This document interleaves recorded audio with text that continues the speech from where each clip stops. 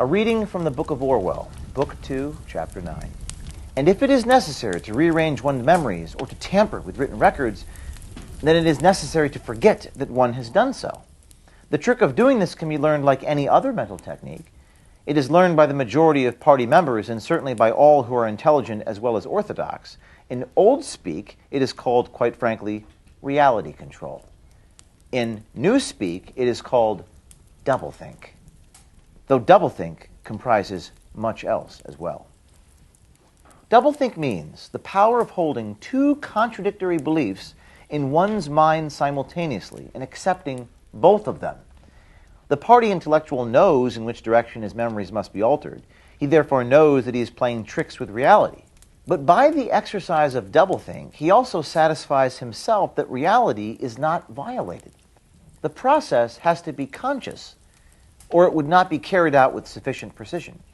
But it also has to be unconscious, or it would bring with it a feeling of falsity and hence of guilt.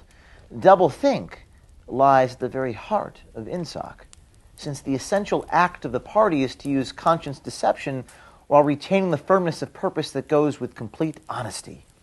To tell deliberate lies while genuinely believing in them, to forget any fact that has become inconvenient, and then when it becomes necessary again to draw it back from oblivion for just so long as it is needed.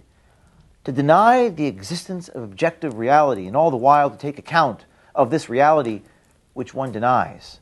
All this is indispensably necessary. Even in using the word doublethink, it is necessary to exercise doublethink, for by using the word, one admits that one is tampering with reality. By a fresh act of doublethink, one erases this knowledge, and so on indefinitely, with the lie always one leap ahead of the truth. Ultimately, it is by means of doublethink that the party has been able, and may, for all we know, continue to be able for thousands of years, to arrest the course of history. All past oligarchies have fallen from power either because they ossified or because they grew soft. Either they became stupid and arrogant, failed to adjust themselves to changing circumstances and were overthrown, or they became liberal and cowardly, made concessions when they should have used force, and once again were overthrown. They fell, that is to say, either through consciousness or through unconsciousness. It is the achievement of the party to have produced a system of thought in which both conditions can exist simultaneously, and upon no other intellectual basis could the dominion of the party be made permanent. If one is to rule, and to continue ruling, one must be able to dislocate the sense of reality. For the secret of rulership is to combine a belief in one's own infallibility with the power to learn from past mistakes. It need hardly be said that the subtlest practitioners of doublethink are those who invented doublethink and know that it is a vast system of mental cheating. In our society, those who have the best knowledge of what is happening are also those who are furthest from seeing the world as it is. In general, the greater the understanding, the greater the delusion. The more intelligent, the less sane. One clear illustration of this fact is that war hysteria increases in intensity as one rises in the social scale.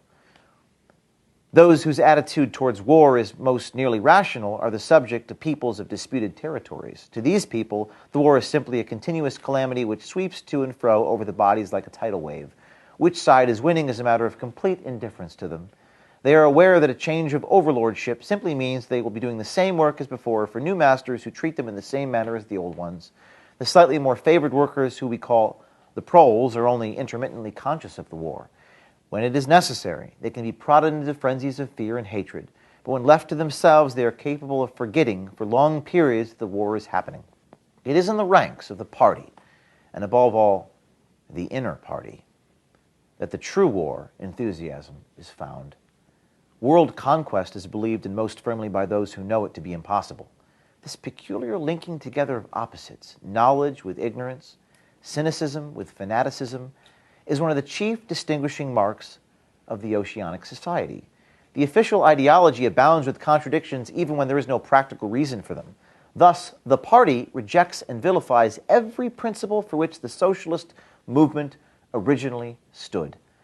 And it chooses to do this in the name of socialism. It preaches a contempt for the working class unexampled for centuries past, and it dresses its members in a uniform which is at one time peculiar to manual workers and was adopted for that reason. It systematically undermines the solidarity of the family, and it calls its leader by a name which is a direct appeal to the sentiment of family loyalty. Even the names of the four ministries by which we are governed exhibit a sort of imprudence in their deliberate reversal of the facts. The ministry of peace concerns itself with war, the ministry of truth with lies, the ministry of love with torture, and the ministry of plenty with starvation. These contradictions are not accidental, nor do they result from ordinary hypocrisy. They are deliberate exercises in doublethink. For it is only by reconciling contradictions that power can be retained indefinitely. In no other way could the ancient cycle be broken. If human equality is to be forever averted, if the high, as we call them, are to keep their places permanently, then the prevailing mental condition must be controlled insanity. But then there is one question, which until this moment we have almost ignored. It is, why should human equality be averted? Supposing that the mechanics of the process have been rightfully described, what is the motive for this huge, accurately planned effort to freeze history at a particular moment in time? Hence, we reach the central secret. As we have seen, the mystique of the party, and above all the inner party, depends upon doublethink. But deeper than this lies the original motive, the never-questioned instinct that first led to the seizure of power and brought doublethink, the thought police, continuous warfare, and all the other necessary paraphernalia into existence afterwards. This motive really consists. Winston became aware of silence, as one becomes aware of a new sound. It seemed to him that Julia had been very still for some time. She was lying on her side, naked from the waist upwards, with her cheek pillowed on her hand and one dark lock tumbling across her eyes. Winston had still, he reflected, not learned the ultimate secret. He understood how, he did not understand why. Chapter 1, like Chapter 3, had not actually told him anything he did not know. It had merely systematized the knowledge that he possessed already. But after reading it, he knew better than before that he was not mad. Being in a minority, even a minority of one, did not make you mad. There was truth and there was untruth. If you cling to the truth, even against the whole world, you were not mad. A yellow beam from the sinking sun slanted in through the window and fell across the pillow. He shut his eyes. The sun on his face and the girl's smooth body touching his own gave him a strong, sleepy, confident feeling. He was safe. Everything was all right. He fell asleep murmuring, "Sanity is not statistical," with the feeling that this remark contained in it a profound wisdom.